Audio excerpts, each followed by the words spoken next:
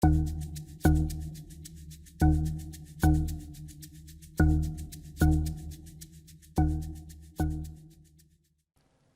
the Biden agenda for the environment destroy West Virginian jobs? The rhetoric says yes, but it's time to trust but verify, and we are starting right now. Hello from Washington, D.C., our nation's capital. I'm Chuck Kyle, a 30-year strategic planner, retired intelligence officer, and a D.C. transplant from West Virginia. One of the keys to maintaining the White House in 2024 is creating and enacting bold domestic policies.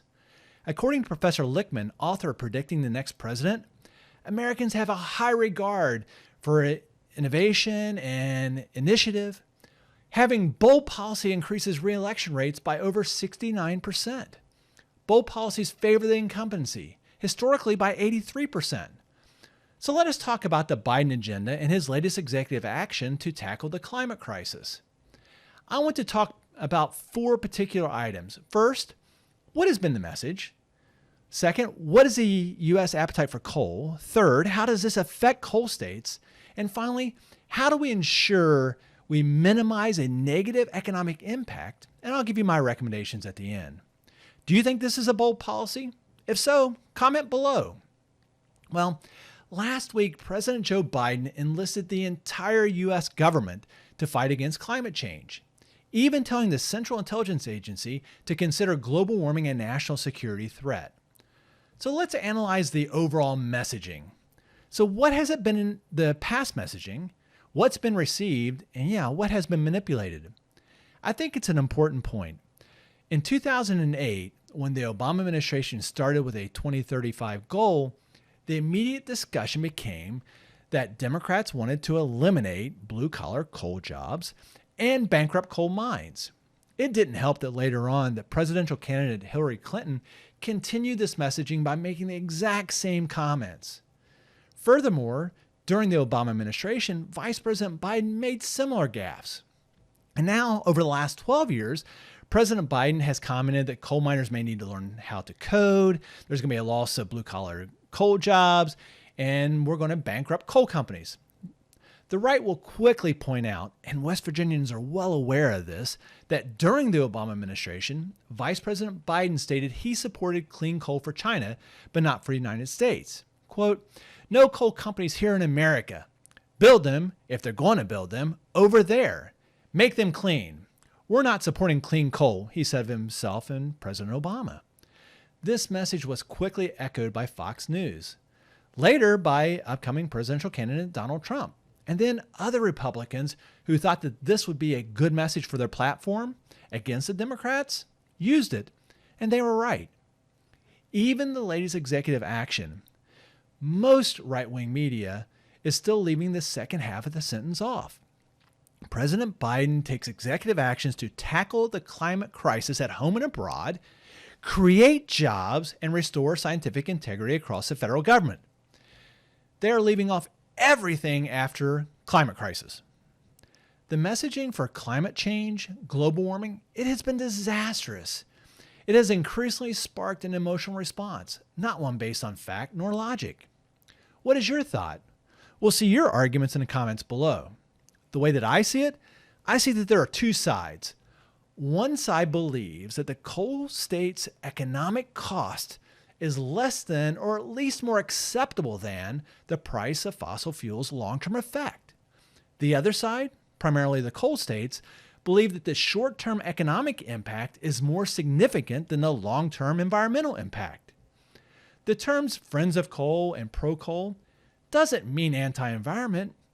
It means pro-economic prosperity. There are 2 costs of this proposition.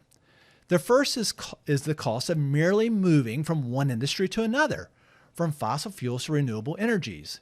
The second cost is one we have to understand and undertake. It ensures that the entire cost is not being placed on West Virginians and other coal states' shoulders. So, what was and is the U.S. appetite for coal? Well, when we talk about all the coal mined in the U.S., 91.8% of it generates electrical power. Yet coal only accounts for 19% of the total U.S. energy-related CO2 emissions. Bituminous coal, which is the most abundant coal found in the United States, accounts for about 48% of the total U.S. coal production. This coal is used to generate power. Power plants make steam by burning coal, and steam turns turbines to generate electricity. So yes, all those electric cars are all indirectly powered by coal. Well, at least 70% of those, and we'll talk about that later. 5 states account for 75% of the total bituminous production. West Virginia is 27.5, Pennsylvania 14, Illinois 13.5, Kentucky 10.6, and Indiana 9.3. So how does the policy affect coal states?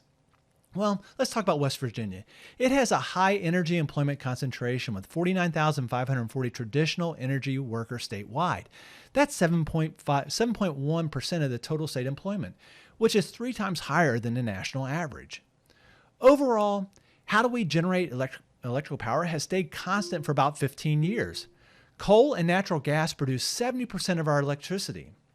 Nuclear power generates about 20%, and renewable sources like wind and hydropower provide about 10%.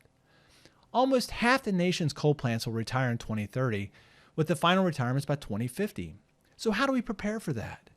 But more importantly, how do we ensure we minimize a negative economic impact?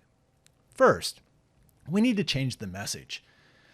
There is a cost. However, the cost is less than the benefit. And we have a unique opportunity to become the world's leader in renewable energy technology. Coupled with a strong message from the White House and congressional funding, we can help coal states transition their workforce to developing and manufacturing renewable energy components, not only providing the necessary equipment for the U.S., but also as an exporter to the world. Ignoring the cost, there are still ways that the U.S. could replace enough coal power to meet the 80% clean energy sources by 2035. Dams, wind turbines, nuclear power plants, solar energy farms. Biden's plan is to move ambitiously to generate clean American-made electricity to achieve a carbon pollution-free power sector by 2035. Biden is going to have to fund an economic transition to clean power. He needs to immediately create a White House Office of Economic Transition focusing on rebuilding the coal communities' economies.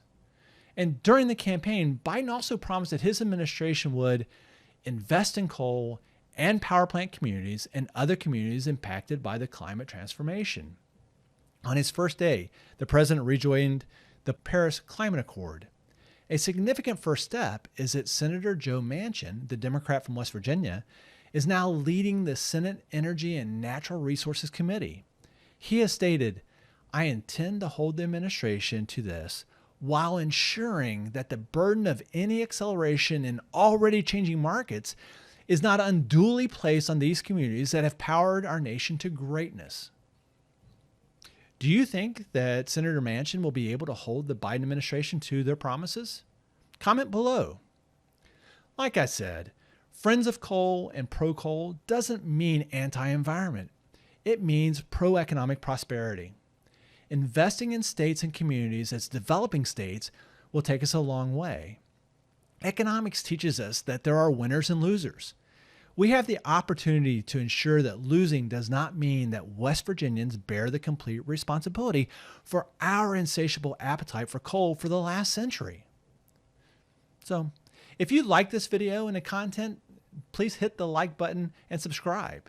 When you subscribe, add in the comments, "I subscribed." Until next time, trust but verify.